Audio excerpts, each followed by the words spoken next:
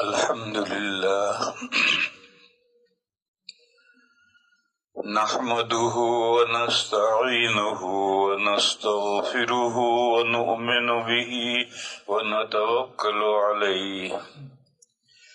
ونعوذ بالله من شرور أنفسنا ومن سيئات أعمالنا من يهده الله فلا مضل له ومن يضلله فلا هادي له وأشهد أن لا إله إلا الله وحده لا شريك له وأشهد أن سيدنا ومولانا وحبيبنا وشفيعنا محمدا عبده ورسوله أرسله إلى الناس كافة بشيرا ونذيرا وداعيا إلى الله بإذنه وسراجا منيرا صلى الله تعالى عليه وعلى آله وصحبه وبارك وسلم تسليما كثيرا كثيرا وبعد فأعوذ بالله من الشيطان الرجيم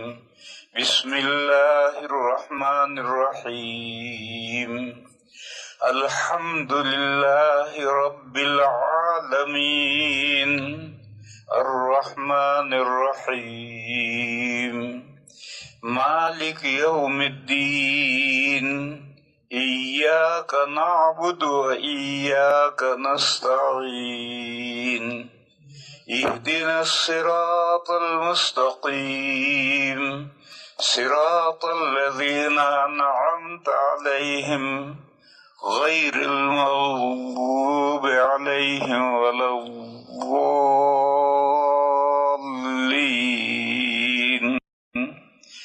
آمين بسم الله الرحمن الرحيم ألف لام ميم ذلك الكتاب لا ريب فيه هدى للمتقين الذين يؤمنون بالغيب ويقيمون الصلاة ومما رزقناهم ينفقون والذين يؤمنون بما أنزل إليك وما أنزل من قبلك وبالآخرة هم يوقنون أولئك على هدى من ربهم وأولئك هم المفلحون صدق الله مولانا العظيم. بزرگان محترم، تھوڑی نظام میں تبدیلی کر دی ہے. اب 10:30 بجے سے بیان شروع ہوگا. پہلے 10 بجے کا جو پروگرام تھا بہت سے فون آئے کہ ہم تراویح سے یا تراویح کے بعد شغل سے کھانے پینے سے فارغ نہیں ہوتے تو تھوڑا وقت مؤخر کیا جائے. اس لیے یہ مؤخر کیا گیا ہے. اب آئندہ سے 10:30 بجے ٹھیک 10:30 بجے پروگرام شروع ہوگا.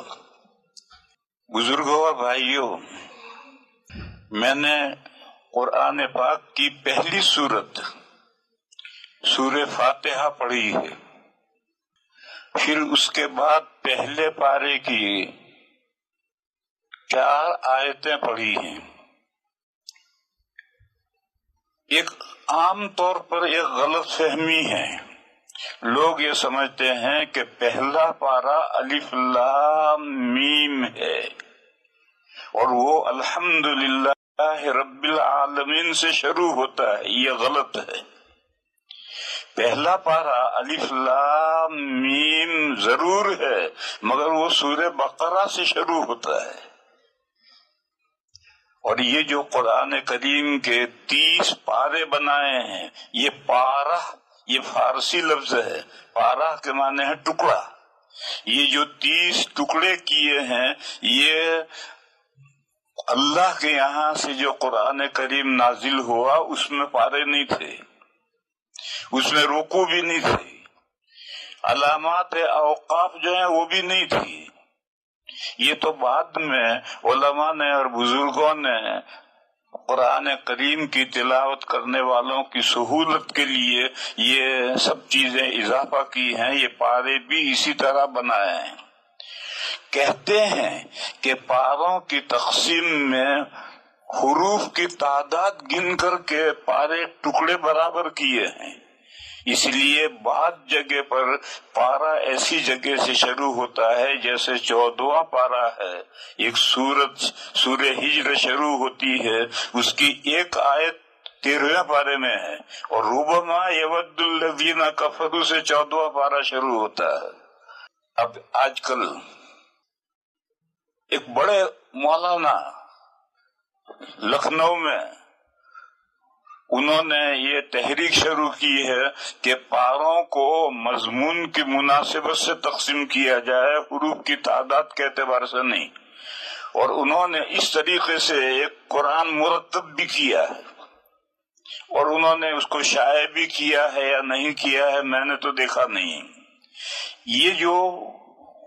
تحریک ہے، چاہے وہ ندوے کے کتنے ہی بڑے استاد ہوں، یہ تحریک مناسب نہیں۔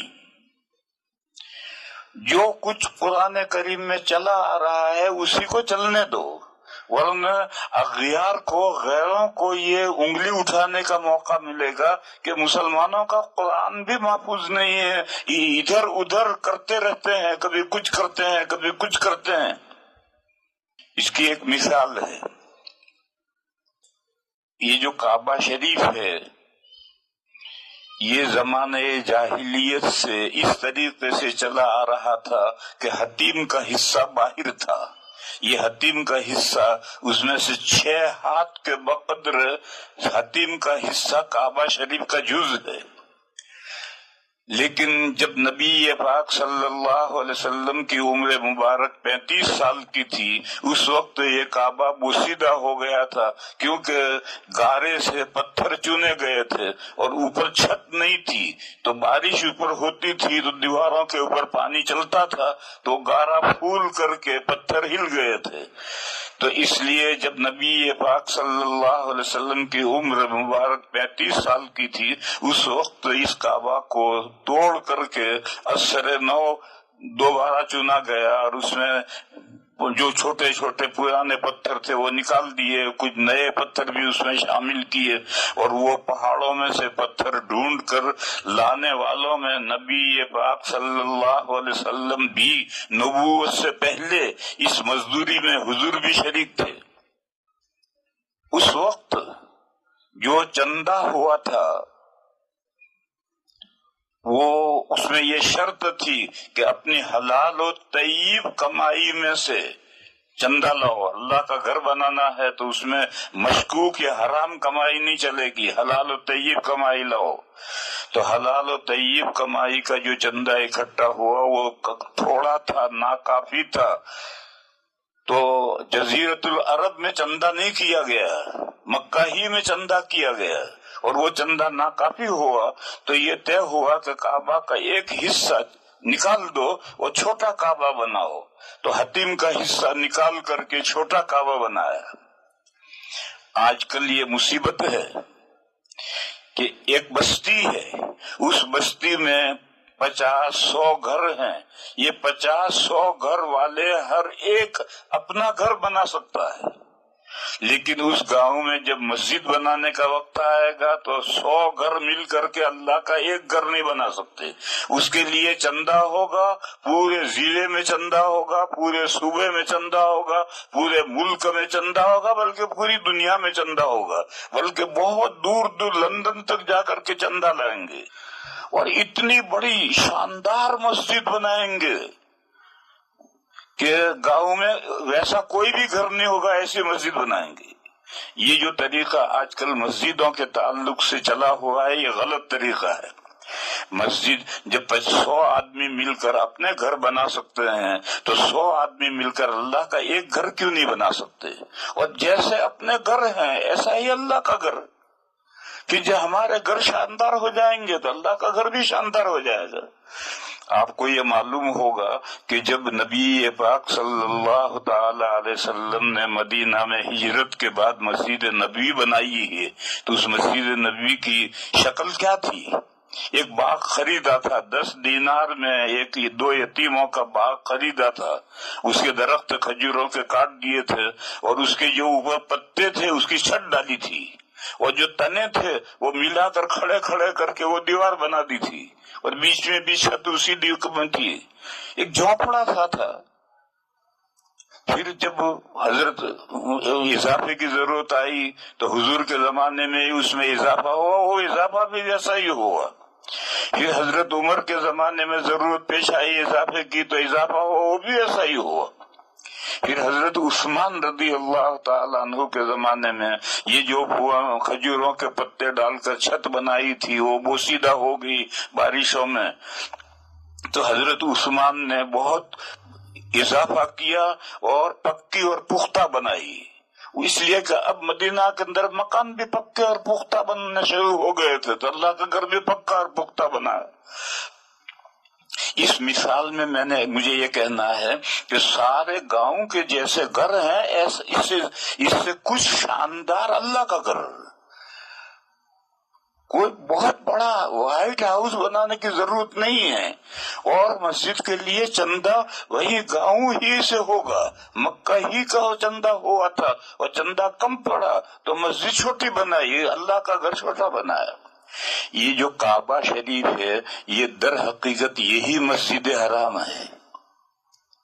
لوگ یہ نہیں سمجھتے ہیں، لوگ یہ سمجھتے ہیں کہ کعبہ شریف جو بیچ میں کالا کالا کھڑا ہے، اس کے بعد مطاف کھلا پڑا ہے، پھر اس کے بعد میں ترکوں نے مسجد بنائی ہے، پھر اس کے بعد میں سعودی گورنمنٹ نے مسجد بنائی ہے، اس کو لوگ مسجد حرام سمجھتے ہیں کہ مسجد حرام یہ ہے، یہ مسجد حرام نہیں ہے۔ قرآن کریم میں جو ہے کہ نماز میں رخ چہرہ مسجد حرام کی طرف کرو، تو یہ جو مسجد سعودی اور ترکیوں نے بنائی ہے ان کی طرف منہ کرو گے تو نماز نہیں ہوگی۔ نماز تو یہ جو کالا کالا کعبہ کھڑا ہے اسی کی طرف منہ کرنا ہے، اور در حقیقت یہی مسجد حرام ہے۔ اور اس کے 2 دروازے تھے اور دونوں زمین سے لگے ہوئے تھے، ایک دروازے سے لوگ داخل ہوتے تھے اور اندر نماز پڑھتے تھے، اور نماز سے فارغ ہو کر دوسرے دروازے سے نکل جاتے تھے۔ پھر اسلام سے پہلے قریش نے جب یہ کعبہ بنایا تو انہوں نے 2 دروازوں کا ایک دروازہ کر دیا، اور ایک دروازہ بھی قد آدم اونچا کر دیا، سیڑھی رکھ کر کے چڑھو اور سیڑھی رکھ کر کے اندر اترو۔ اب وہ ان کا دربان وہاں بیٹھتا تھا اور رشوت لیتا تھا، 5 ریال پکڑاؤ گے تو وہ اوپر بلا کر کے اندر اتارے گا، اور کچھ نہیں دو گے تو دھکا دے کے نیچے گرائے گا۔ یہ ترکوں نے یہ زمانے جاہلیت میں یہ عربوں نے یہ کر دیا۔ اسلام کا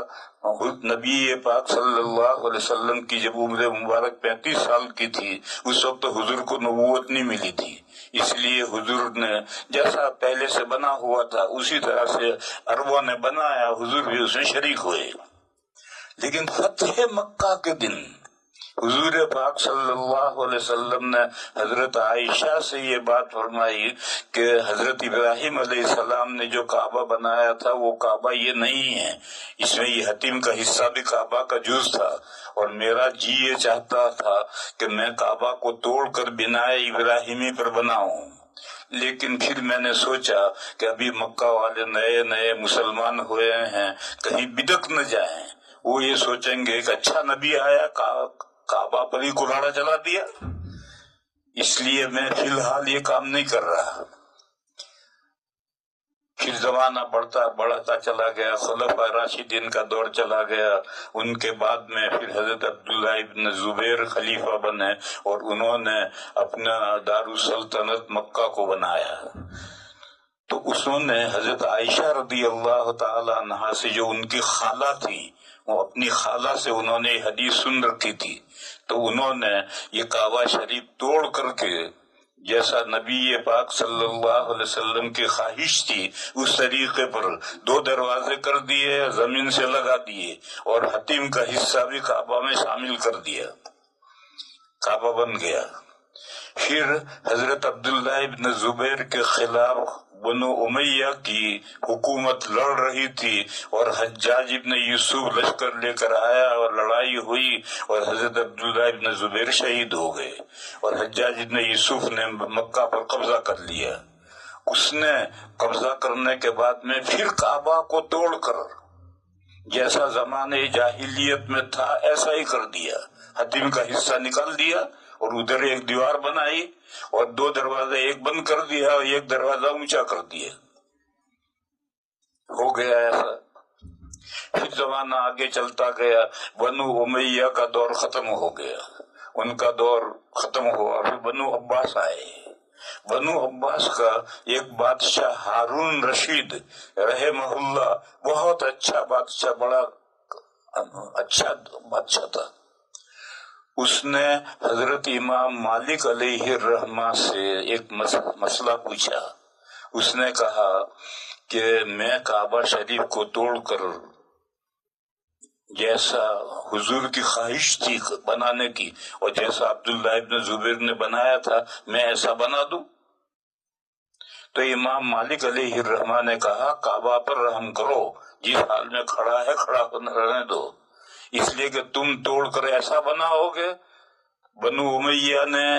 عبداللہ ابن زبیر نے جو بنایا اس کو بنو امیہ نے توڑ دیا، بنو امیہ نے جو بنایا اسے تم توڑ دو گے، تو تم قیامت تک تم رہو گے بادشاہ، یہ کوئی ضروری تھوڑی ہے، دوسرا کوئی خاندان بھی آ سکتا ہے، اور جب دوسرا کوئی خاندان آ جائے گا تو تمہارے کعبہ کو توڑ کر پھر ایسا ہی بنائے گا۔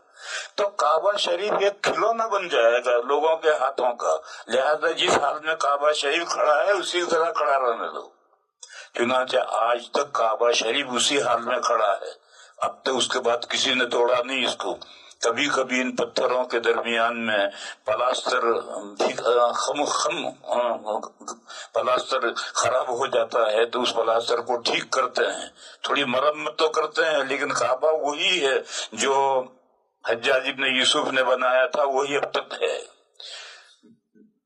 یہ جو واقعہ ہے، اس واقعے سے میں کہنا چاہتا ہوں کہ جو قرآن کریم زمانے ماضی سے جو پارے تقسیم ہو گئے ہیں اور جن علامتیں کی ہیں، ان علامتوں کو رہنے دو، اس کو تبدیلی کرنے کی ضرورت نہیں ہے۔ اگر آج ایک مولانا سلمان صاحب حسینی ندوہ والے تبدیلی کریں گے تو کل دوسرا آئے گا وہ کچھ اور تبدیلی کرے گا، پھر تیسرا آئے گا کچھ اور تبدیلی کرے گا، تو قرآن کریم علماء کے ہاتھ کا کھلونا بن کر رہ جائے گا۔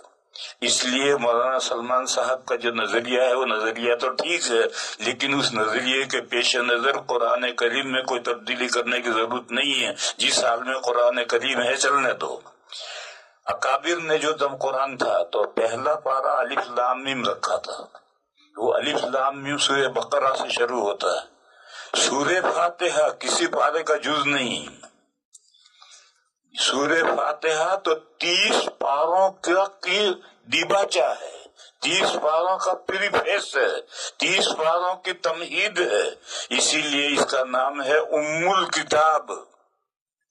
پورے قرآن کریم کی ماں سے نسل چلتی ہے، پھیلتی ہے، اور ساری نسل لوٹتی ہے ماں کی طرف۔ لہذا سورہ فاتحہ میں جو کچھ ارشاد فرمایا گیا ہے اسی کی تفصیل پورے قرآن کریم میں 30 پاروں میں ہے، اور پورے 30 پاروں کے مضامین کو اگر لوٹاؤ گے تو سارے سورہ فاتحہ میں آ جائیں گے۔ اس اعتبار سے سورہ فاتحہ ام الکتاب ہے۔ گویا سورہ فاتحہ سارے قرآن کریم کا نچوڑ اور خلاصہ ہے، اس لیے جو سارے قرآن کریم کی فضیلت اور اہمیت ہے وہ تنہا سورہ فاتحہ کی ہے۔ اسی لیے اس سورہ فاتحہ کے بہت سارے نام ہیں، ان ناموں میں سے ایک نام ہے ام الکتاب، قرآن کریم کی ماں، اور ایک نام ہے سورۃ الشفا، سورہ فاتحہ شفا ہے، ہر بیماری کی شفا ہے، سورہ فاتحہ میں ہر بیماری کی شفا ہے، لیکن ہر بیماری کی شفا کس طرح ہے، اس کے استعمال کا طریقہ کیا ہے، وہ بیماری کے اعتبار سے الگ الگ ہوگا، اور وہ بیماری کے اعتبار سے کیا طریقے الگ الگ ہیں وہ حکیم صاحب بتائیں گے۔ حکیم صاحب یعنی بڑے علماء جو اس فن کو جانتے ہیں، وہ طریقہ بتائیں گے کہ تمہیں اس بیماری میں سورہ فاتحہ اس طرح استعمال کرنی ہے تو شفا ہو جائے گی۔ کوئی ایک متعین طریقہ نہیں ہے، اور ایک عام طریقہ یہ ہے کہ سورہ فاتحہ کو پڑھ کر کے دم کرو، اور دم کا مطلب یہ ہے کہ اس طرح سے پھونکو کہ ہوا کے ساتھ ہلکے ہلکے تھوک کے ذرے بھی جائیں۔ اگر صرف ہوا جائے گی فائدہ نہیں ہوگا۔ نفس مانے جو دم کرنا ہے، پھونکنا ہے، اس میں یہ ضروری ہے کہ ہوا کے ساتھ تھوک کے ذرے بھی جائیں، اور ہر بیماری میں یہ مفید ہے۔ خاص طور پر چھوٹے بچوں کی جو بیماریاں ہیں ان میں سورہ فاتحہ سب سے زیادہ کارگر ہے، لیکن میں نے بتایا کہ سورہ فاتحہ سے کام لینے کے لیے طریقے مختلف ہیں، اور وہ طریقے اہل علم جانتے ہیں، اور وہ ان طریقوں کے مطابق بتائیں گے تو اس سے فائدہ ہوگا، اور دوسری صورتوں میں فائدہ کم ہوگا۔ مثال دوں میں، میرے پاس میں ایک بھائی بیٹھے ہوئے ہیں، ان کا بچہ جب حفظ کرتا تھا تو دماغ کمزور تھا، ایک صفحہ بھی وہ قرآن پاک کا یاد نہیں کر پاتا تھا۔ تو بامبے میں جامع مسجد میں مولانا شوکت صاحب رحمت اللہ علیہ تھے، ان کے پاس وہ گئے بچے کو لے کر، اور ان سے جا کر کہا کہ حضرت یہ بچہ جو ہے یہ حفظ کرنے بٹھایا ہے مگر بہت کمزور ہے اور ایک صفحہ بھی حفظ نہیں کر پاتا ہے۔ تو مولانا شوکت صاحب نے کہا کہ ایسا کرو، روزانہ صبح پانی پر الحمدللہ رب العالمین پوری سورت پڑھ کر کے آمین تک پوری سورت پڑھ کر کے دم کرو، اور دم کر کے وہ پانی اسے پلاؤ۔ چنانچہ انہوں نے یہ عمل شروع کیا، تو چند دنوں کے بعد میں سبق پڑھنے لگا، اور ختم ہوتے ہوتے تو دو صفحے یاد کرنے لگا، اور آج وہ ہمارے یہاں تراویح پڑھا رہا ہے وہ بچہ، اور بہترین قرآن کریم پڑھ رہا ہے۔ تو اب یہ بھی ایک طریقہ ہے۔ ایک طریقہ اور لکھا ہے، اگر بچہ کمزور ہے حفظ کے اندر، اس کو یاد نہیں رہتا ٹھیک، تو ایک روٹی پر زعفران، مشک اور زعفران ملا کر کے اس کی سیاہی بناؤ، اور ایک روٹی پر پوری سورہ فاتحہ وللضالین آمین تک لکھ کر کے صبح ناشتے میں بچے کو کھلا دو، 40 دن پابندی سے، اس کی وہ کمزوری دور ہو جائے گی۔ حدیث شریف میں ایک قصہ ہے، ایک سریہ، چند صحابہ کہیں جا رہے تھے۔ اس زمانے کا طریقہ یہ تھا کہ جب بڑا لشکر چلتا تھا تب تو رسد ساتھ میں لے کر چلتا تھا، لیکن چھوٹے 5-10 آدمیوں کا جو سریہ ہوتا تھا وہ رسد لے کر نہیں چلتا تھا، بلکہ راستے میں جو قبیلے آتے تھے وہ ایک وقت کی دعوت کرتے تھے ان کی، اور دعوت نہ کریں تو رسد بیچیں گے اور خرید کر کے پکا کر کھائیں گے۔ تو یہ سریہ ایک گاؤں کے قریب جا کر رکا، اور گاؤں والوں سے کہا کہ بھئی ہم مسافر ہیں، ہمارے پہلے مسافروں کے گاؤں والے دعوت کیا کرتے تھے، یہ تو اب پیسے بہت ہو گئے، ہوٹلیں ہو گئی جگہ جگہ پر، اس لیے گاؤں والے کوئی مسافروں کی دعوت نہیں کرتے، ورنہ پہلے تو مسافر مسجد میں آ جاتا تھا اور اعلان کرتا کہ میں مسافر ہوں، تو کوئی نہ کوئی کھانا لے آتا تھا، ہوٹلیں نہیں تھی، پیسے بھی نہیں تھے۔ تو انہوں نے گاؤں والوں سے کہا کہ بھئی ہم مسافر ہیں، ہماری دعوت کرو۔ گاؤں والوں نے انکار کر دیا کہ ہم دعوت نہیں کرتے۔ کیوں؟ وہ جانتے تھے کہ یہ مسلمان ہیں اور یہ مشرک ہیں، شرک کرنے والے ہیں، اور اسلام اور شرک کی کفر کی لڑائی تو ازل سے ابد تک ہے، وہ لڑائی کبھی ختم نہیں ہوتی۔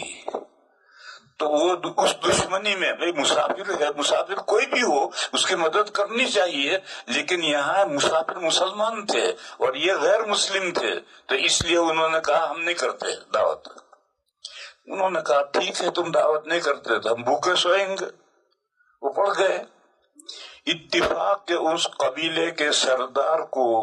کالے بچھو نے کاٹا یا سانپ نے کاٹا اور وہ بے ہوش ہو گیا۔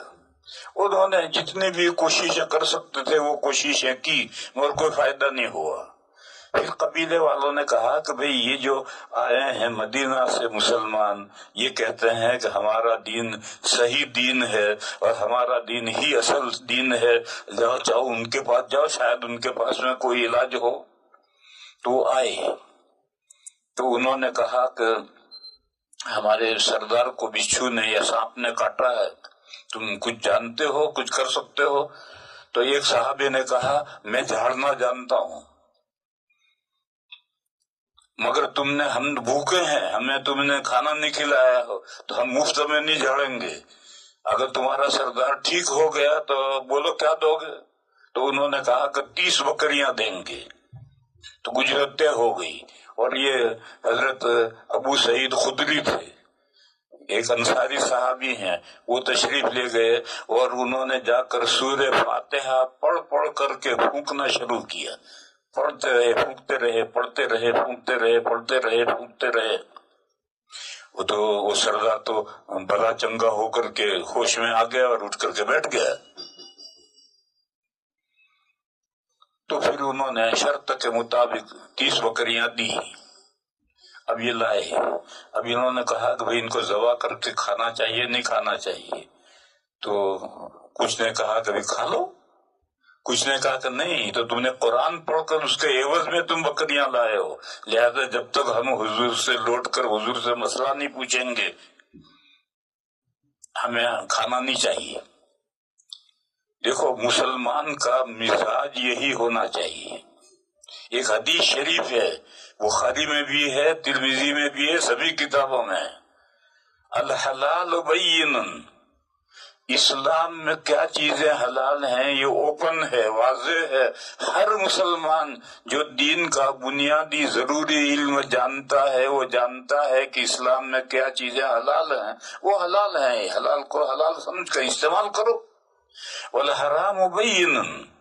اور حرام کیا چیزیں ہیں وہ بھی واضح ہیں۔ ہر مسلمان جو دین کا بنیادی علم رکھتا ہے وہ جانتا ہے کہ اسلام میں کیا چیزیں حرام ہیں، اس سے بچو۔ وَبَيْنَهُمَا أُمُورٌ مُشْتَبِهَاتٌ، اور حلال اور حرام کے درمیان میں کچھ مشتبہ امور ہیں۔ لا يدری کثیر من الناس اہی من الحلال ام ہی من الحرام۔ حدیث کے یہ الفاظ ترمذی شریف میں کتاب البیوع کے بالکل شروع میں حدیث آئی، وہاں یہ الفاظ ہیں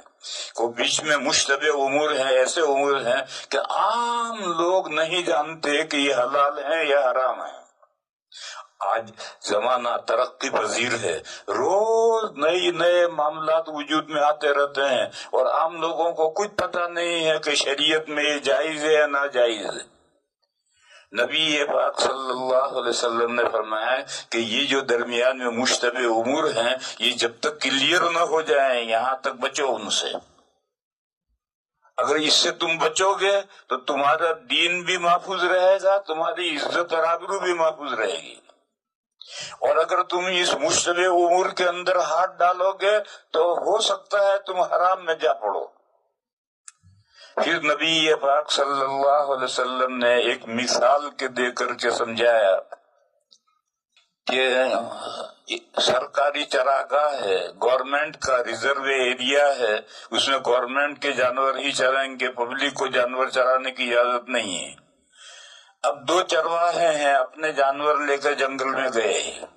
ایک نے یہ سوچا کہ جو بارڈر ہے